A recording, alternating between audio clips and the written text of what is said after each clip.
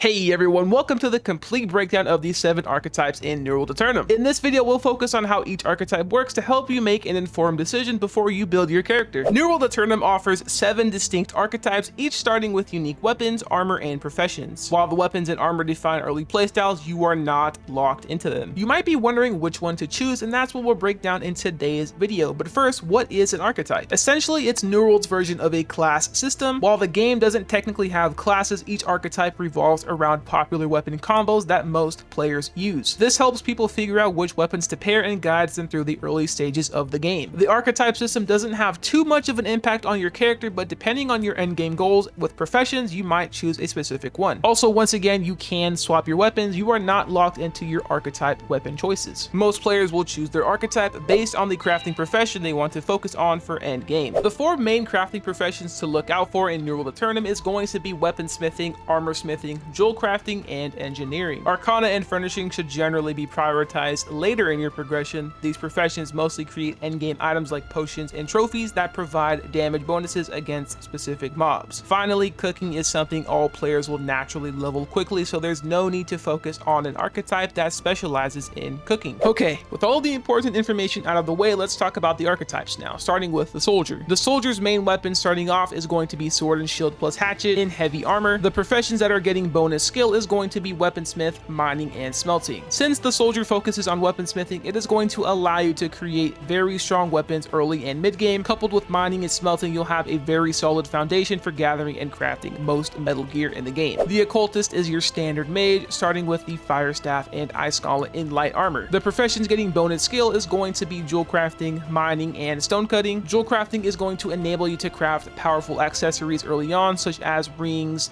amulets, and necklaces, as well as very powerful gems that you can put in your weapon and armor. Also, with mining and stone cutting, you'll efficiently gather resources to create most of these items yourself. Following that, we have the destroyer, which starts off with the great axe and warhammer in medium armor. You get bonus skills to armoring, skinning, and leatherworking. Armoring is going to allow you to craft your own gear early, mid, and late game, and skinning and leatherworking complement this very well, allowing you to gather materials and craft the armor yourself. For those interested in a more magical approach, consider the mystic. The mystic starts off with the live staff and void gauntlet in light armor. You get arcana, harvesting, and weaving as your bonus profession, and the mystic's arcana profession focuses on potion crafting, which is very essential for healing and buffs. The harvesting and weaving aspect also enables you to gather plants and create valuable fabrics for crafting later on in the game. If you prefer logging or some sort of engineering professions, you might be interested in the ranger. The ranger starts off with the bow and spear in medium armor, and the 3 bonus professions you get are engineering, logging, and woodcutting. Also, logging and woodcutting are very valuable in other professions, so early game, if you need some gold, you can go out and log, sell your materials. People are going to be buying wood like crazy early game, so keep that in mind. Next, let's talk about the Swordbearer, which starts off with the greatsword and blunderbuss in heavy armor. The 3 professions you get are cooking, fishing, and leatherworking. This is probably the worst archetype to choose. Cooking you can level easily by any other archetype. Fishing is one of the hardest professions to level up, and it's not that valuable at all either. So if there's one archetype to avoid, the Swordbearer would be the one to avoid by all means. Finally, we have the Musketeer, which sports the musket and rapier in light armor and has armoring, harvesting, and weaving as its 3 bonus professions. So now that we got through all of the archetypes, which one should you choose? It's going to be really up to you and what your endgame goals are. I would really decide what you want to do in the endgame before you create your character, so you have this bonus of professions for your specific goal. For the weaponsmithers out there, you have one option, and that is going to be the soldier. You get the increase in weaponsmithing, smelting, and mining. For the armorers out there, you are looking at the 2 options of destroyer and musketeer. You want to start off with destroyer if you plan on playing medium armor or want to craft medium armor at the end game, and for the musketeer if you want to play light armor or craft light armor at the end game, I would recommend the musketeer. For jewelry crafters, you have one option, that is occultist. The engineers out there have the ranger, the arcanists have the mystic, and I would avoid the swordbearer at all costs. Before diving deeper into crafting, it's important to note that you'll need to level all gathering and refining professions regardless of the archetype you choose. This is because every crafting profession relies on materials obtained through these skills. Whether you're mining for ores, logging for wood, or harvesting plants, each of these gathering skills contributes to your overall crafting potential and character progression. So while you should prioritize the crafting profession that interests you the most, remember that developing your gathering and refining skills is crucial for a well-rounded experience and character. Thanks for watching. If you found this video helpful, don't forget to like, subscribe, and share your thoughts thoughts in the comments below. What archetype are you planning to pick? And I'll see you in the next one.